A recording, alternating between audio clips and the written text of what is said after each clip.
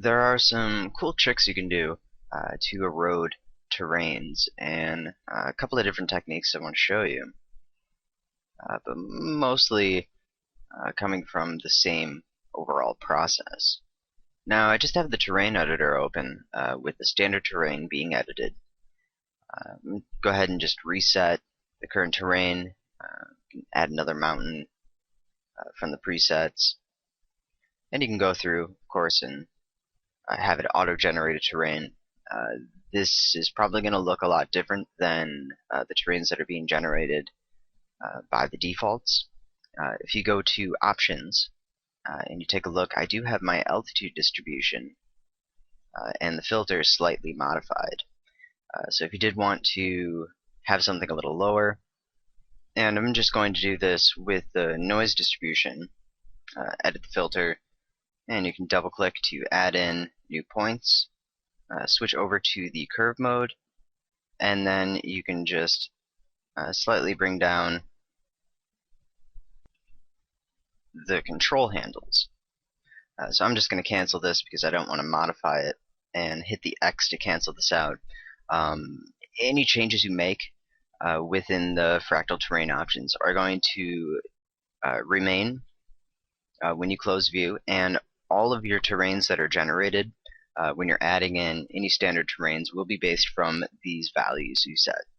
So there's a lot of different options for customizing this, but this is really the primary change that I've made.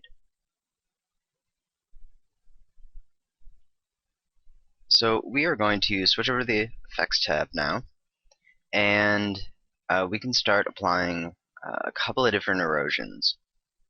I'm going to start with Dissolve, and I do have my rock hardness turned down a little, so it will eat a little more of the terrain away.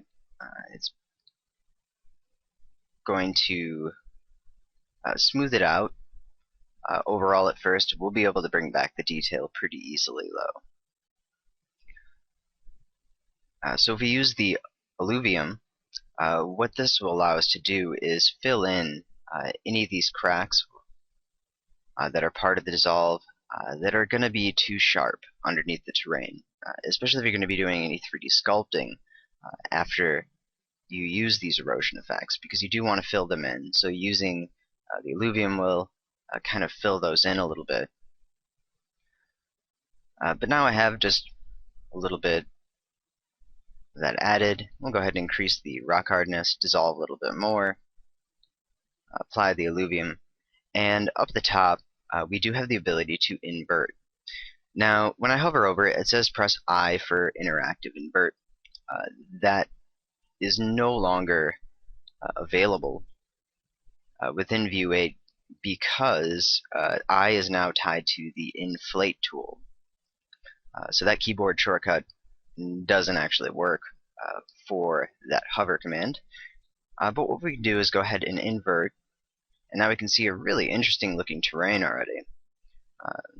Some pretty neat veins kind of showing up.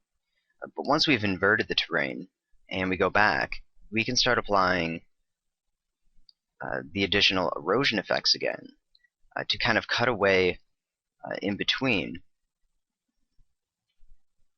So without using the Alluvium now, I'm going to switch it back, and what you'll be able to see is some of these jagged, sharp edges that is caused by that erosion filter, which is why we fill it in.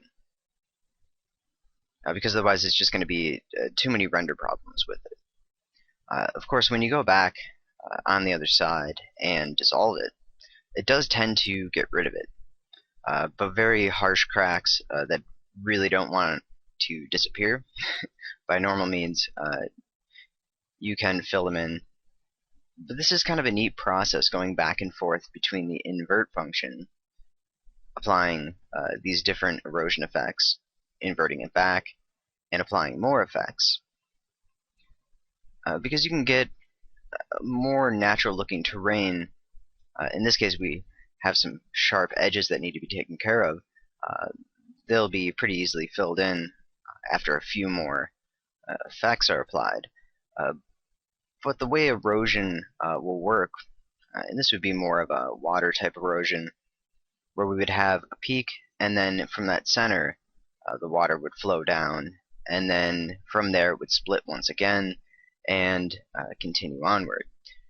So you can create really neat looking terrains this way. So we can apply another mountain filter to it to add a little more detail back. Dissolve, and then keep going back and forth in order to produce a pretty neat looking terrain. And once you get kind of your overall shape taken care of, you can go ahead, increase the resolution in order to get something a little bit sharper. And that's not going to render looking too smooth. And if you need to pull out more of the detail on the higher elevations, which don't really have as much effect with the filters, what you can do is use the Sharpen under Global Effects. And you might notice that it will equalize the terrain. Equalize is also found next to invert. But it will start to sharpen out some of these areas. So you can get some really interesting cracks and veins. And in this case, what we could do is even flatten this out a little and almost create sort of a river system. But really, we just want to pull out some of the details so that when we use the dissolve effects, we'll be able to pull away from some of those zones that are higher up. And we can use the glaciation filter to kind of pull a little more away from it. Keep it in mind that it will flatten out the top because it is inverted, but it can add a little bit more to the detail of the terrain. And even using it inverted can be kind of beneficial because it allows you to kind of get on the inside if you want and create a render around this area. You could also build up a terrain around it, but just gives you a pretty neat looking effects. If we go back and now we sharpen it, dissolve a little bit more, and just kind of continue the process a little bit further. If we need to, we can increase the resolution a little higher again, keeping in mind that the higher the resolution gets, the less of an effect we're going to see with these different filters. One thing you can also do too is start at a very low resolution, apply the filters, and then build your way up, which will allow you to also create a really nice looking erosion. And of course, as we move into the higher resolutions, it is going to take longer to process. After you hit 2048 by 2048, or even over 1,000, using the river valley becomes a very long filter to process. And I also want to note that it is a one-core process, so if you're using a multi-core processor, it is only going to use one core of it in order to process this effect, or any of these effects. And if you're not aware, what you can do is actually just click and hold down on the filter, which will continually apply the effect. You don't need to worry about clicking it over and over and over again. You could just click and hold it down. Vue 8 does have a slight refresh problem at the time being, where you may not see the effect until another one is applied. So also kind of keep that in mind. So I'm going to just do one or two more here. Of course, once you get into the higher resolutions, one click is going to take enough time to process where you don't really need to worry about holding it down. And then I'm going to go back and just kind of try to fix some of these zones on the other side. But we can also use a little bit of wind erosion. And then the diffusive erosion is an overall smoothing of the entire terrain. So we can go back and sharpen if we need to, dissolve it.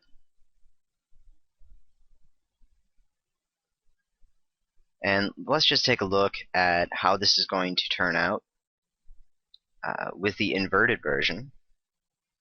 And if you need to bring down these edges, one thing you can do is just use the zero edge tool And when you're working with the standard terrain, that's going to be an effects filter that's going to continually subtract from the surrounding areas of the terrain.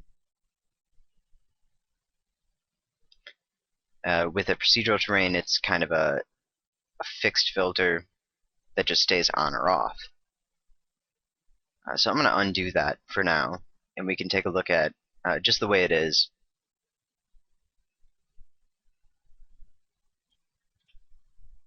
And I just want to scale this up a little.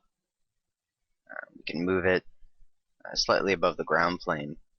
And then I'm going to load in just one of my materials that has a nice combination of slope differences between 3 different layers. So let's just take a look at a quick render with this erosion. And with a decent material on it, this one would need a little bit of a scale change in order for it to look a little better. The bump scale doesn't look quite right. But for the most part, you can see pretty interesting looking terrain. Some nice erosion. Of course, we'd have to take care of some of those sharper lines, smoothing them out so that we don't have some of those jagged edges showing. And I'm going to go ahead, edit the terrain, flip it, and just kind of apply some of these filters. I'm going to go ahead and just reduce the resolution. I really don't think it needs to be that high at the moment. That would be more of a finishing resolution instead of something for the current state. If I was to run a fractal over the top of it using the add function, that would be done with a high resolution in order to get a much better looking terrain. So we can go back and sharpen if we want, apply some of these effects, and let's just check and see what it's going to look like in the original state that it was created. And we'll just move the camera off to the side. I'm going to go ahead and set the focal for the camera to, let's go ahead and set it to 28. And I'll go ahead and just render that out. And although the material would need to be adjusted to give a similar look as the reversed render in the last render, you can still see a lot of the detail and the kind of effect you can achieve. Now, I do want to make a note that I am rendering with soft shadows using a soft shadow map. So double click on the sunlight. I've got Vue shadow map, soft shadow map, and I've just got it set to auto size because the renders aren't very large right now. If you're using shadow maps and you find that you're really not getting enough definition on kind of the sharper areas of the terrain, what you can do is go into the material and under the effects tab, increase the contrast amount for each of the layers. In this case, I would want to increase kind of the rock layers to have a slightly higher contrast. If you have, in this case I have grass kind of blending over all of it, sometimes you can set that to a really soft amount, and that picks up and adds some extra depth to the overall look of the material. But then you still got these harder materials that have a nice harsh cutoff to really pull out more of the detail of the terrain. So I just want to show what that's going to look like with that zero-edged version. So basically it looks about the same as the other renders. But this material it doesn't look like it's really working all that well with it. I think this would be a good terrain for something a little sandier. So what I'm going to do is go ahead and load in kind of a sand material for this. I did end up stretching this out as well. Go ahead and scale this back down a little bit. So I'm going to load in one of the material presets that comes with Vue, which is located under the material layers. Let's start with the brown sand and ignore the alpha information.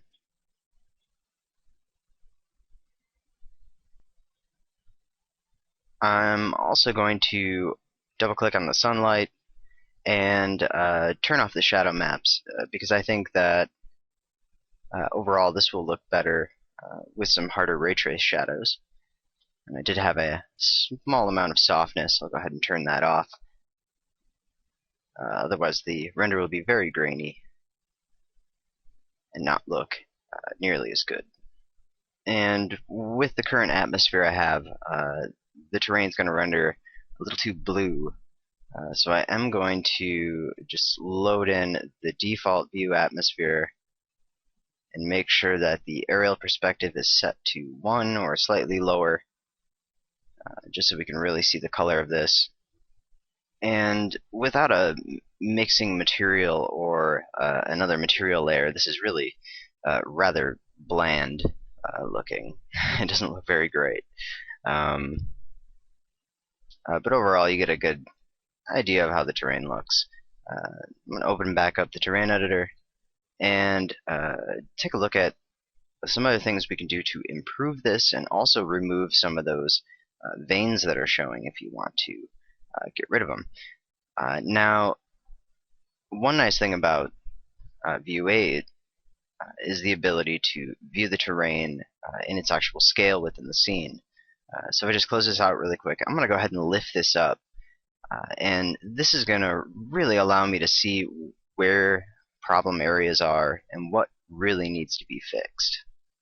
Unfortunately, the display directly within the terrain editor is not going to give us all of the detail.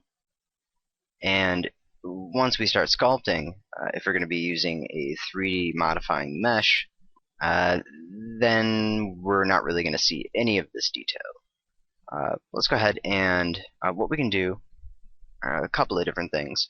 Adding stones will help add extra detail around those ridges. The plateaus will also add a little more detail, kind of even those out. Terraces, same thing, which is kind of an overall spreading process. Unfortunately, there's really no way to restrict these settings to confined areas unless you brush them in. But I want to do more of a global effect. What I'm going to do is downsize the terrain resolution to 1024 by 1024. We can add some more terraces, and they're going to be a little larger this time. And then we can sharpen it, dissolve, and now we've got something a lot rockier. Use the Alluvium, and then now we're going to start seeing a much better blend, and then you can go back and repeat the process depending on the erosion you want. If we use fluvial, what's going to happen is we're going to get these very harsh cracks. This can also be helpful for removing some of the very thin veins that will show. And we can still see them quite a bit throughout the terrain, but as long as it's consistent, we can scale down the terrain and it'll look okay. So even right now, it's definitely much better looking than it was, although we don't have the level of detail. So really, it's just a matter of kind of playing with it until you get what you want. And this is, of course, just running effects and not actually going in and painting anything specific. And if you did want to invert that again, what we're going to see all these fine sharp lines, and now we can run, we'll do Alluvium, and we'll just go ahead and do a fluvial and diffuse it,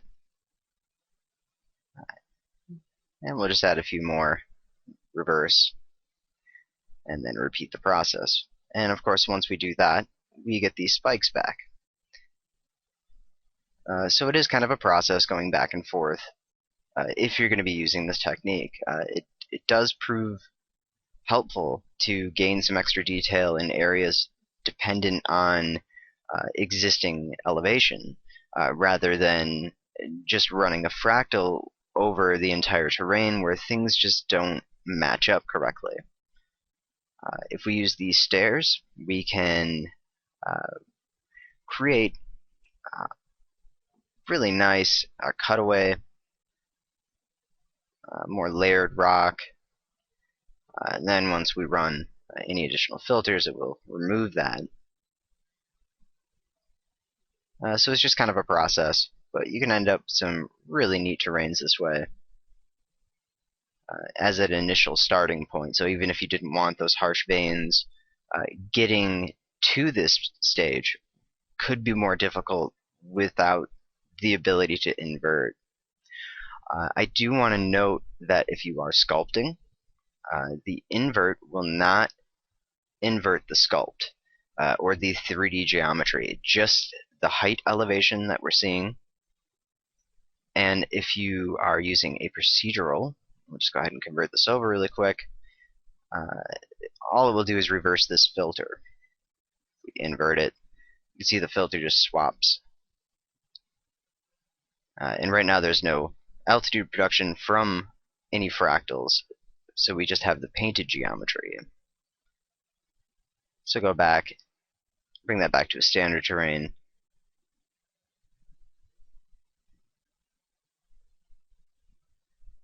And now we've got a little bit of a different look overall.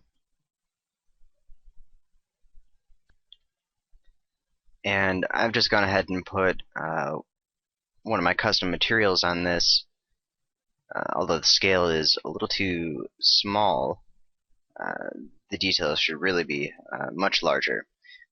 It gives you a good idea of the kind of result you can achieve with just standard terrain.